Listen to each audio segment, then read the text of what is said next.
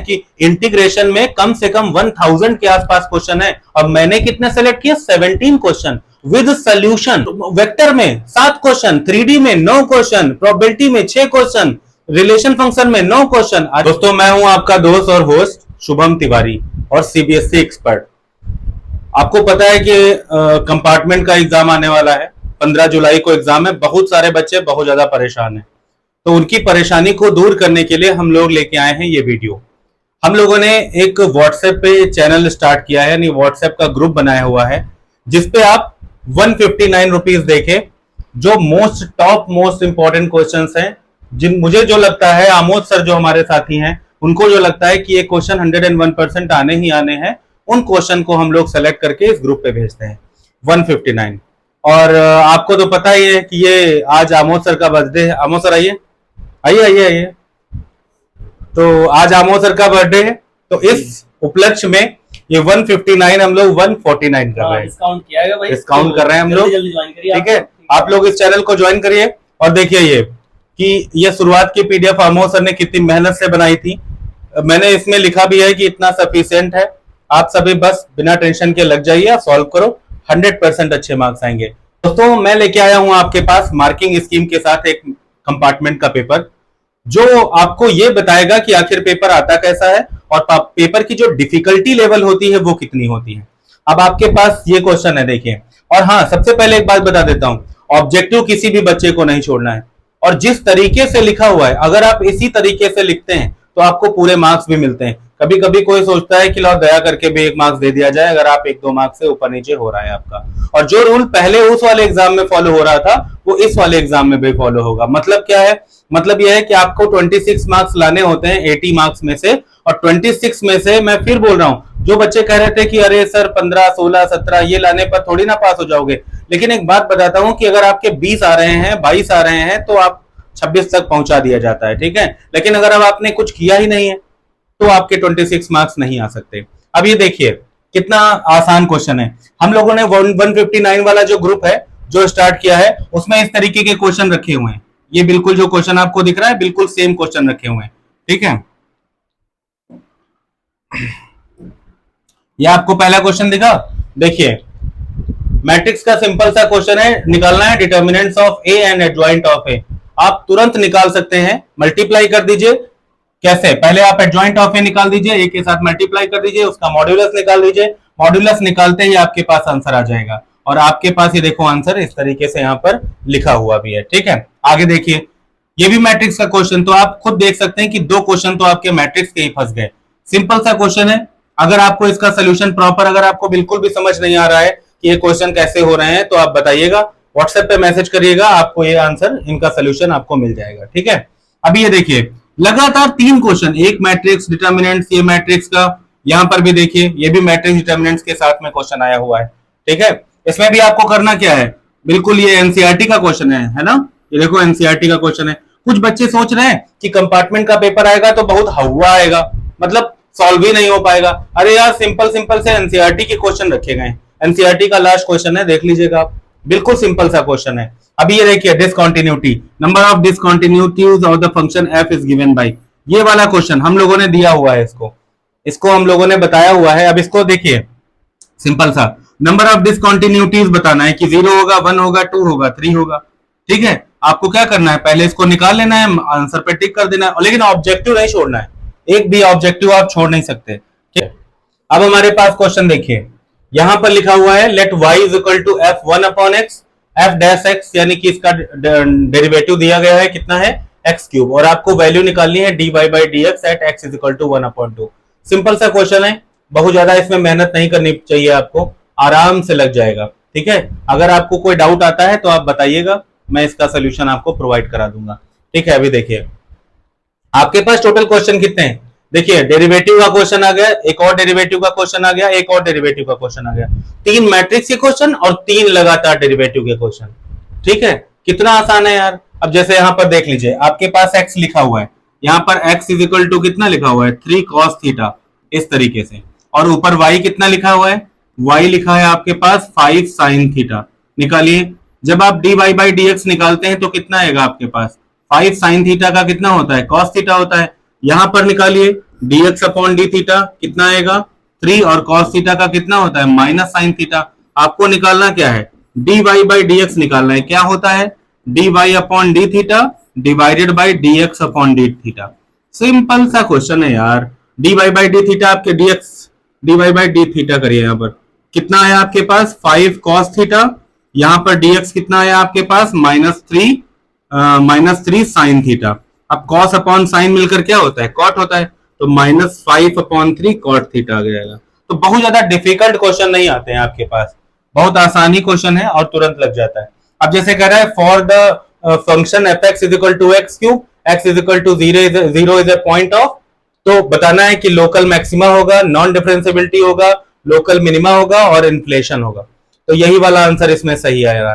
ठीक है, अब जैसे अभी 10th क्वेश्चन देखिए, if the radius of a circle is increasing at the rate of 0, NCERT पूरा एनसीईआरटी लिखा हुआ है, ये तो एनसीईआरटी का ही क्वेश्चन है। अब क्वेश्चन नंबर 11 देखिए, आपको -π/4 से π/4 x³ cos² x dx is equal to क्या है डेफिनेट इंटीग्रल है। आपको ये जो लिमिट्स दी गई हैं रूल्स लगाइए इसमें, -π ये जो होता है माइनस ये जो भी है -π/4 से कहां तक है π/4 तक। इसका आंसर बिल्कुल सिंपल, एक एक दो लाइन में आंसर निकलते हैं इनके, बहुत ज्यादा डिफिकल्ट आपके पास क्वेश्चन नहीं आने वाले हैं। ठीक है, अब ये वाला क्वेश्चन देख लीजिए, क्वेश्चन नंबर 12।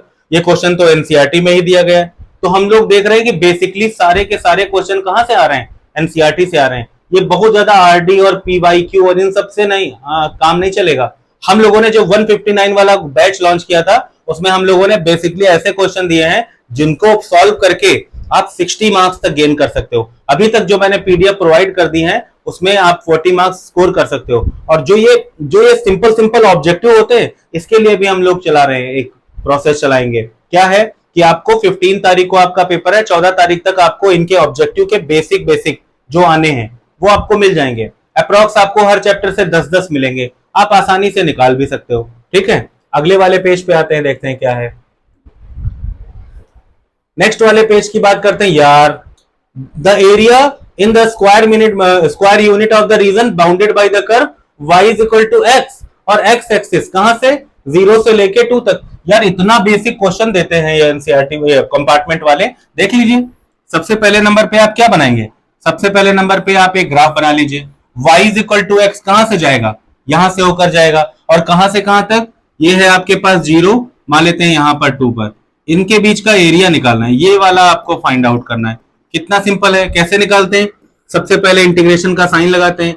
कहां से कहां तक जाना है, 0 से 2 तक जाना है। किस एक्सिस पर जाना है, एक्स एक्सिस पर जाना है, और यहां पर y लिख दीजिए। और y किसका लिया जाएगा, y लिया जाएगा इस लाइन का। ये लाइन आपके पास क्या है, ये लाइन आपके पास है y = x और यहाँ पर dx, यहाँ पर x की पावर 1 है, इंटीग्रेशन कर दीजिए x² / 2 और लिमिट डाल दीजिए इसमें कहां से कहां तक 0 से 2 तक।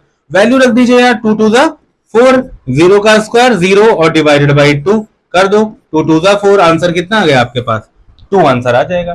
देख लीजिए आपके पास 2 आंसर आ रहा है कि नहीं। देखो कितना आसान सवाल है यार। ये देख लो, the number of arbitrary constant in the general solution of the differential equation dy by dx + y = 0। कितना बेसिक सा क्वेश्चन है। आर्बिट्रेरी कांस्टेंट्स में कितने होंगे, एक सिंगल। ठीक है, तो देखो मेरे एक लिखा भी है यहाँ पर। अब ये देखो, what is the value of projection of A vector on B and projection of B vector on A vector. तो ए वेक्टर का प्रोजेक्शन बी पर और बी वेक्टर का प्रोजेक्शन ए पर। आप सबसे पहले एनसीईआरटी उठाइए, उसमें देखिए जाके प्रोजेक्शन कैसे निकाला जाता है, A vector on B vector, फिर इधर का projection B vector on A vector. ये दोनों को खाली आपको डिवाइड करके वैल्यू निकालनी है। एक एक लाइन के हैं, ये बहुत टफ नहीं है, सिंपल सा क्वेश्चन है।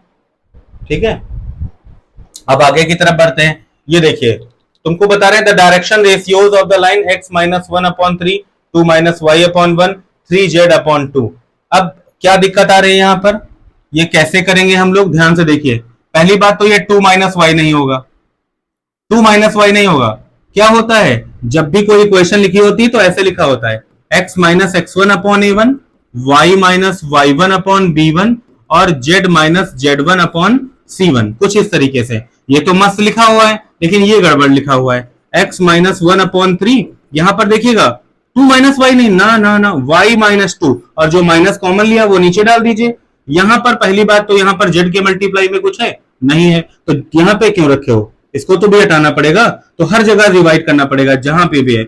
यहाँ पर भी 3 से डिवाइड करिए, यहाँ पर भी 3 से डिवाइड करिए, और यहाँ पर भी जेड है 3 से डिवाइड कर दीजिए आप, तो 3 और 3 कट जाएगा आपके पास में, जेड माइनस कितना बचेगा यहाँ पर, जेड माइनस कुछ नहीं है ना, तो 0, यहाँ पर 1 बचा। अब देख लीजिए 3 3 जा 9, 3 1 जा 3 और 1 2 और 2 है, सॉरी यहाँ पर पहले से C1 की वैल्यू यहाँ पर कितना लिखा था 2, तो 2 1 जा कितना आ गया 2, आपके पास 9 माइनस 3 और 2, कुछ इस तरीके से आपके पास आ जाएगा। सच बता रहा हूं, अभी तक 16 क्वेश्चन है, अगर आपको हल्की फुल्की बेसिक भी आती है, या अगर आप उस ग्रुप पे आ गए तो 101% आप पास हो जाएंगे। क्यों? क्योंकि सब एनसीईआरटी भरा पड़ा हुआ है, वो लोग खुद चाहते हैं कि तुम लोग पास हो जाओ, तो तुम ही लोग टेंशन लिए हो, टेंशन के मारे अपना जो पास होने वाले भी हो गए उसमें भी दिक्कत आ जाएगी यार। तो बिल्कुल बेसिक बेसिक वो बना रहे हैं, तो अब क्या किया जाए इसमें, ठीक है। अब आगे बढ़ते हैं हम लोग। देखिए, किसी को भी परेशान होने की जरूरत नहीं है, आपको जितने भी क्वेश्चन मैं प्रोवाइड करा रहा हूं, ये कंपार्टमेंट का पेपर मैं सॉल्व इसलिए कर रहा हूं क्योंकि इसमें से भी बेस्ड क्वेश्चन आते हैं आपके पास पेपर पे, ठीक है। इसमें 2 सेट बहुत ज्यादा इंपॉर्टेंट है, ये वाला सेट मैं करा रहा हूं, नेक्स्ट वाला सेट आमोद सर से रिक्वेस्ट करूंगा कि वो आपको कराए, ठीक है। ये 2 सेट आप सॉल्व कर लीजिए, और जो क्वेश्चन मैं प्रोवाइड कर रहा हूं उतने कर लीजिए। और क्वेश्चन भी पता है कितने हैं, 90 क्वेश्चन, खाली 90 क्वेश्चन से आप 70 के आसपास स्कोर करने वाले हो, 90 क्वेश्चन के आसपास से। आगे बढ़ते हैं, देखते हैं इसमें क्या है कहानी। अभी देखिएगा, ये देखिए लिखा है the Cartesian equation of the line passing through 1 minus 3 2। यार इससे बेसिक क्वेश्चन कुछ हो सकता है? 3D का जो स्टार्टिंग है बिल्कुल यही सेम क्वेश्चन उसमें बताया गया, बिल्कुल एनसीईआरटी भरे पड़े और परेशान कर रहे हैं। कैसे, कहां से पास हो रहे हो आप? 1 से, -3 से, 2 से, तो x माइनस x1 होता है तो x minus 1, y minus y1 होता है तो y plus 3, z minus z1 होता है तो क्या आएगा 2 माइनस z, कुछ इस तरीके से। और आगे क्या लिखा है, नीचे क्या होता है, direction ratio a1 b1 c1, a1 b1 c1 आपके पास क्या बनेंगे, ये बनेगा 1 1 और साथ में क्या 2, कुछ इस तरीके से बन के तैयार हो जाएगा। अब देखिए यहां पर -2 क्यों आया, खाली फंसा रहे हैं तुमको, कुछ नहीं, क्योंकि बेटा z माइनस z1 होता है ना, और तुमको लिखना क्या था, z माइनस 2 लिखना था, लेकिन उन्होंने क्या लिखा 2 माइनस z, तो माइनस कॉमन लेके नीचे डाल दिया, सिंपल सा यार। अब देखो इतना आसान क्वेश्चन था और फंसा दो कैसे रहे, माइनस लगा के खाली कोशिश कर रहे हैं फंसाने की, क्या दिक्कत है। ये जो बेटा z माइनस z1 लिखा होता है, ये जो z1 है यहां से हमेशा लाइन पास होती है, और नीचे जो a1 लिखा होता है ये वाला होता है, इसमें का लैम्डा के बाद जो लिखा हुआ होता है।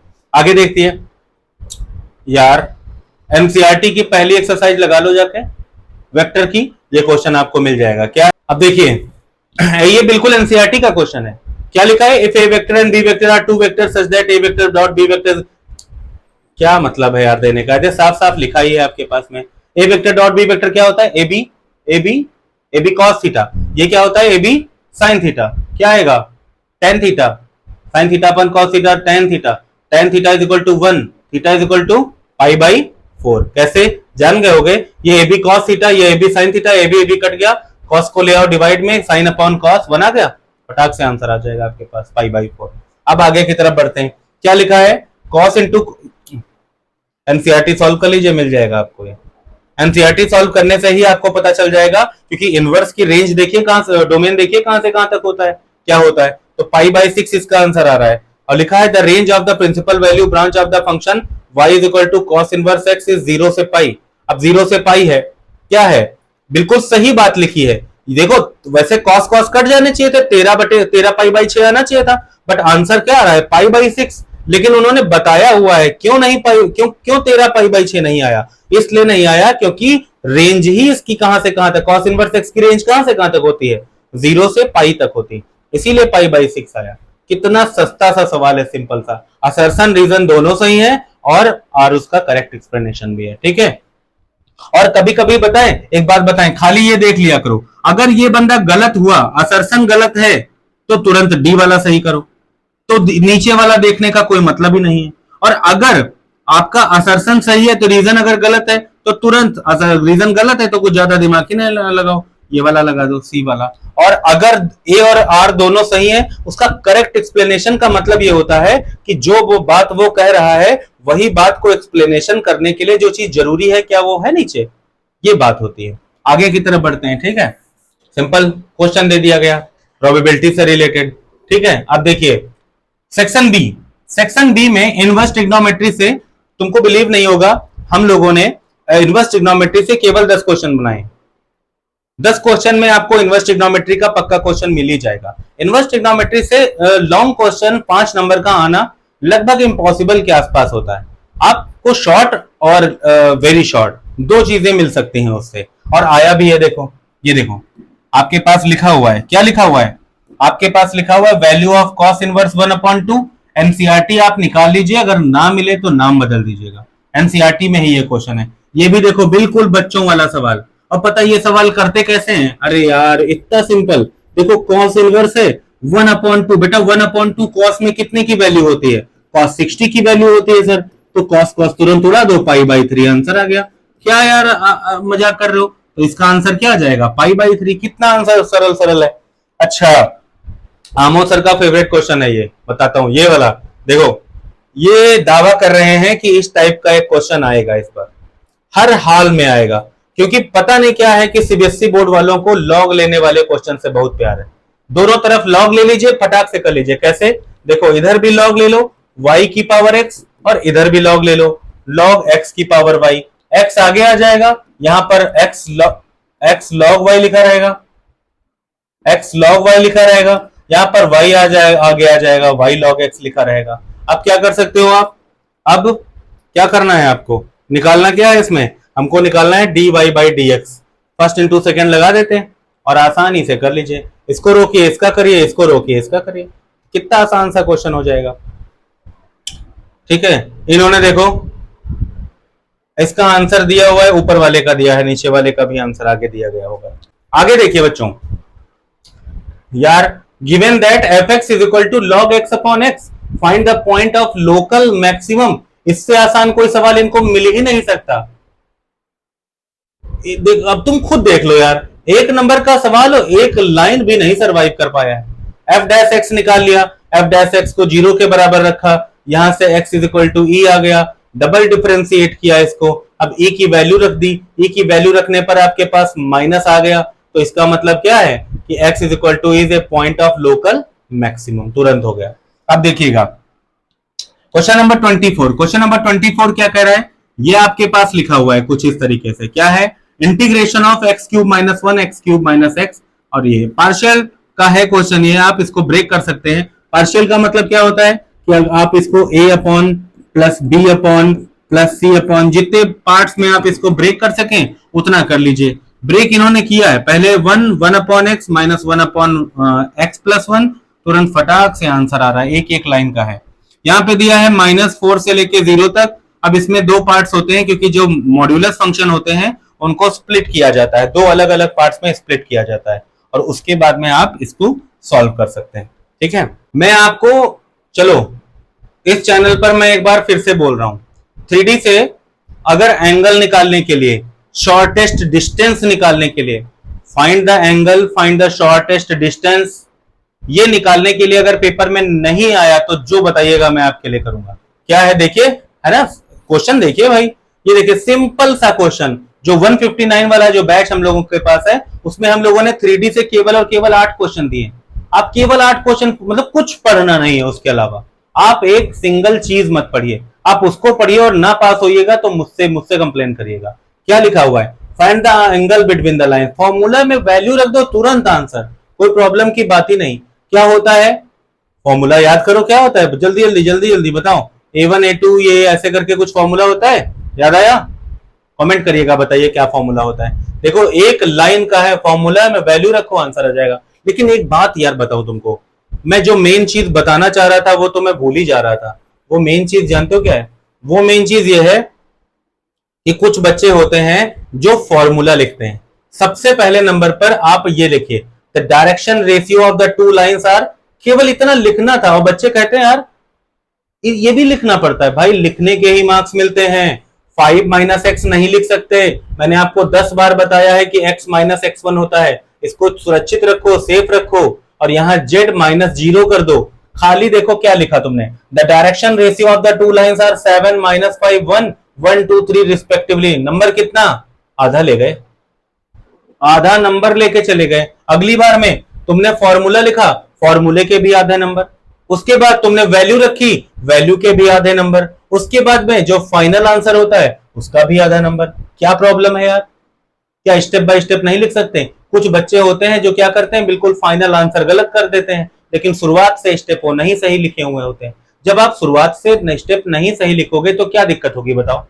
आपको मार्क्स कब मिलेंगे? आधा नंबर खाली इतना लिखने का मिल रहा है तो सोच लो। अब देखिएगा, find a matrix A such that A ये फाइंड ए इनवर्स भी निकालना है। आपको क्या करना है, सबसे पहले नंबर पर इन्होंने इसको किया हुआ है। क्या है ये? पहला वाला पार्ट है, क्या है? ए इज इक्वल टू, यहां पर लिखा है 17 0 10 माइनस 16, ऐसे कुछ लिखा हुआ है ये पूरा, है ना। अब आपको ये ए निकाल के देना है कि आखिर ये ए क्या होगी। तो ए निकालने के लिए इन्होंने ये तरीका लगाया है, तुम एक और तरीका लगा सकते हो। कैसे? जब दो मैट्रिक्स का प्रोडक्ट करते हो आप तो कैसे करते हो? 2 into 3 है, यहां पर भी आपके पास क्या होना चाहिए? 3 into 2। ये रो, ये इसका कॉलम और इसकी रो अगर मैच कर गई तभी प्रोडक्ट होगा। तो ए क्या होगा आपके पास में? ए आपके पास निकालने के लिए आप ऐसे मान लीजिए ए बी सी और डी, पहले आप इन दोनों का मल्टीप्लाई कर दीजिए, मल्टीप्लाई करने के बाद कंपेयर कर दीजिए, वैल्यू आ जाएगी और फिर फटाक से आप उसका ए इनवर्स आसानी से निकाल सकते हैं। यार एक बात बताओ, देख लो तुम, तीन ऑब्जेक्टिव थे मैट्रिक्स, और ये मैट्रिक्स का ही ये मैट्रिक्स निकालना है, इसका इनवर्स निकाल के देना है। और यहां पर भी लिखा है given a square matrix A of order 3 such that A square is equal to इतना। आपको निकालना क्या है? A cube is equal to A inverse. अब इतने आसान आसान क्वेश्चन दे रहे हैं और बच्चे क्या करते हैं? बच्चे पीवाईक्यू में लगे रहते हैं कि यार इतना टफ आ जाएगा, इतना टफ आ जाएगा। बहुत सिंपल सिंपल सा है, ठीक है। देखते हैं आगे। अभी देखिएगा क्या है आपके पास लिखा हुआ है, ये देखिए क्या लिखा हुआ है, A cube is equal to A inverse है।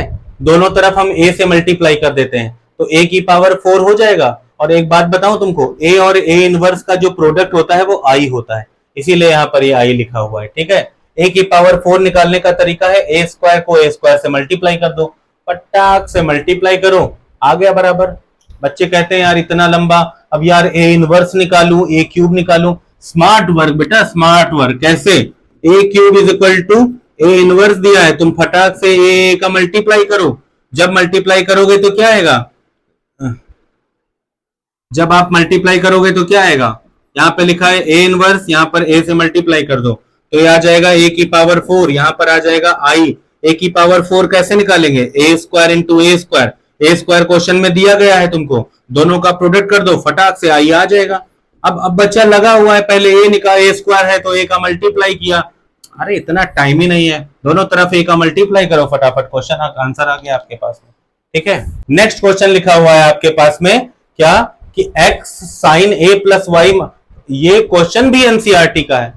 यार एक बात बताओ, कंपार्टमेंट का पेपर क्यों बाहर से हम लोग तैयार कर रहे हैं जब हमारे पास एनसीईआरटी है? कंपार्टमेंट का मतलब क्या होता है? कंपार्टमेंट का मतलब होता है वो बच्चे जो किसी वजह से मैथ का वो वाला पेपर अच्छा नहीं कर पाए हैं। तो क्या सीबीएसई बोर्ड ये चाहेगी कि आप इस बार भी अच्छा ना कर पाओ? सब एनसीईआरटी भर भर के दे रहे हैं, आप जाइए एनसीईआरटी में क्वेश्चन निकालिए मिसलेनियस में, आपको ये क्वेश्चन आसानी से मिल जाएगा। और उसके जस्ट पहले वाली एक्सरसाइज में ये देखिए स्प्लिट फंक्शन, यानी कि दो दो फंक्शन दिए गए हैं, आपको क्या करना है? वाई आमो सर की एक वीडियो पड़ी हुई है, आप उसको देखिएगा, ये वाला क्वेश्चन आप आसानी से कर लेंगे। कैसे? पहले वाले को आप मान लीजिए x1 मान लिया, दूसरे वाले को आप x2 मान लीजिए, x1 अलग लिख लीजिए, x1 is equal to cos x की पावर x। अब इसमें लॉग अलग अलग लीजिए और x2 इज इक्वल टू मान लीजिए cos inverse under root x। इसका अलग करिए, इसका अलग करिए, दोनों को ऐड कर दीजिए, फटाफट आंसर आ जाएगा, है कि नहीं? तो इस तरीके से आप जब क्वेश्चन करेंगे तो आपको कोई भी डाउट और कोई भी प्रॉब्लम नहीं आएगी। अब आगे की तरफ बढ़ते हैं हम लोग। नेक्स्ट में हमारे पास क्वेश्चन नंबर 28 है, लिखा हुआ है आपके पास इंटीग्रेशन। कितना बेसिक सा इंटीग्रेशन है, क्या dx अपॉन, देखो थोड़ा सा ये दिमाग लगाना पड़ेगा आपको। आप वहां सोचते हो अरे यार ये जैसे सवाल देखोगे डर जाते हो, क्यों डर गए यार? cos x की जगह cos x लिखा रहने दो और cos 2x का फॉर्मूला लगा दो, cos square x minus sine square x। अब क्या करना है, यहां से आप देखिए ध्यान से, cos स्क्वायर x कॉमन ले लीजिए, तो cos के अपॉन में यहां पर cos स्क्वायर x आप कॉमन ले लीजिए तो क्या आएगा आपके पास? ये देखिए, अब यहां से cos स्क्वायर x कॉमन लोगे तो ऐसे cos स्क्वायर x, यहां पर लिखा है cos स्क्वायर x, इसके अपॉन में आ जाएगा आपके पास cos स्क्वायर एक्स, यहां पर क्या लिखा हुआ है आपके पास sin square x, sin square x के अपॉन में आ जाएगा आपके पास cos स्क्वायर एक्स, ये तो कट गया, आपके पास 1 आ गया, यहाँ पर tan स्क्वायर एक्स हो गया, ये cos स्क्वायर एक्स इस रूट से बाहर निकलेगा तो क्या हो जाएगा cos एक और बन जाएगा, तो cos cos sec हो गए, sec स्क्वायर ऊपर चला जाएगा sec स्क्वायर, बस अब आप करना क्या है tan x को t मान लीजिए, फटाफट हो जाएगा, इसमें कोई इशू ही नहीं है। ठीक है, और इनका सेकंड वाला कितना हिट वाला क्वेश्चन है, px प्लस क्यू टाइप का, px प्लस क्यू वाला मेरी एक वीडियो पड़ी इंटीग्रेशन पे, आप देखिएगा जाके, उस वाली वीडियो में मैंने बताया हुआ है कि कितने टाइप के इंटीग्रेशन के क्वेश्चन होते हैं, और अगर आप वो वीडियो भी नहीं देखना चाहते हैं, आपको लगता है अरे यार नहीं अब इतना टाइम नहीं है, तो आप वो बैच ज्वाइन कर लीजिए। उस बैच में मैंने केवल और केवल 17 क्वेश्चंस बताए हुए हैं, और उन 17 क्वेश्चन के दम पर आप आसानी से इंटीग्रेशन निकाल सकते हैं, उससे बाहर से इंटीग्रेशन से कहीं से कुछ नहीं आएगा। और केस स्टडी के लिए मैं आपको 14 को बताऊंगा कि केस स्टडी के लिए सबसे इंपॉर्टेंट चैप्टर कौन कौन से हैं। ठीक है, और आपको बेसिक केस स्टडी भी बताऊंगा कि आखिर ये होना कैसे है, क्या करना है। पता है आज ही जो मैंने पीडीएफ भेजी है उस वाले ग्रुप पे, उसमें ये क्वेश्चन इस तरीके का बिल्कुल था, मैंने पेपर तो जस्ट अभी देखा है ये वाला, लेकिन हम लोगों ने बना के जो भेजा है उसमें डिफरेंशियल इक्वेशन में इस टाइप का एक क्वेश्चन है, बिल्कुल बेसिक है, बिल्कुल इंटीग्रेटिंग फैक्टर का होता है क्वेश्चन, हर हाल में आता ही आता है। डिफरेंशियल इक्वेशन और इंटीग्रेटिंग फैक्टर भाई बहन है। जनरल सोल्यूशन आर्बिट्रेरी कांस्टेंट जिसमें निकालते हैं वो, मतलब 2 क्वेश्चन डिफरेंशियल इक्वेशन से 101% आते हैं, एक है आपका इंटीग्रेटिंग फैक्टर का और एक बार है आपके पास या तो जनरल सोल्यूशन या तो पर्टिकुलर सोल्यूशन। अगर आपको समझ में नहीं आ रहा है कि सर ये क्या बकवास कर रहे हैं, तो आप आइए ग्रुप पे ज्वाइन हो जाइए, और मैं आपको बताता हूं कि आपको ये कितने क्वेश्चन करने हैं। और जो बच्चे ग्रुप पे जुड़े हैं उनके लिए मैं एक बात बता दूं, आप लोग परेशान ना होइए, जितने मैंने क्वेश्चन दिए हैं सबका सोल्यूशन मैं बना चुका हूं, बस आपको भेजना बचा है। हर एक क्वेश्चन भी मिलेगा, उसका सोल्यूशन भी मिलेगा, कोई प्रॉब्लम की बात नहीं है। ठीक है, नेक्स्ट पेपर पर बढ़ते हैं। अब मैं आपको एक बात बताता हूं, इसके बाद का जो है, इसके बाद की जो पीडीएफ है वो आपको आमोद सर समझाएंगे। ठीक है, लेकिन मैं आपसे एक बात कहना चाहूंगा कि फायदा आपका हो रहा है, आप किसी और का नहीं करा रहे हैं, ये भी तो गलत बात है ना। आप एक काम करिए, आपको अगर कंपार्टमेंट का पेपर देना है और अगर किसी और को भी देना है तो दोनों को बताइए कि ऐसे प्रोसेस स्टार्ट करिए। और क्यों? क्योंकि वो जो चैनल हम लोगों ने बनाया है वो किसी वजह से बनाया है। सर ये बच्चे इसलिए परेशान हो जाते हैं हाँ, कि बोल रहे हैं कि सर 1 से 2 दिन बचा है, हम बहुत प्रेशराइज्ड हैं, इनको ये नहीं पता है कि एक दिन भी बहुत ज्यादा एनफ रहता है। जरा इसके बारे में बता दो। अरे बच्चों बता तो रहे हैं कि इंटीग्रेशन में कम से कम 1000 के आसपास क्वेश्चन है, और मैंने कितने सेलेक्ट किया 17 क्वेश्चन विद सोल्यूशन। वेक्टर में 7 क्वेश्चन, 3D में 9 क्वेश्चन, प्रोबेबिलिटी में 6 क्वेश्चन, रिलेशन फंक्शन में 9 क्वेश्चन। अरे यार तुम खुद देख लो, एनसीईआरटी में इतना है, बिल्कुल प्रेशर लेने की जरूरत नहीं है। आप 4 घंटे बैठ जाएंगे, मेरी सारी पीडीएफ आप सॉल्व कर लेंगे, मेरे पास सोल्यूशन पड़ा हुआ है, आप उस सोल्यूशन को देखेंगे, आसानी से निकल जाएगा। मैं आपसे केवल आपके 10 घंटे मांग रहा हूं, 10 घंटे, सिर्फ और सिर्फ 10 घंटे, आज कल परसों 3 दिन में। ठीक है, आपका आसानी से निकल जाएगा।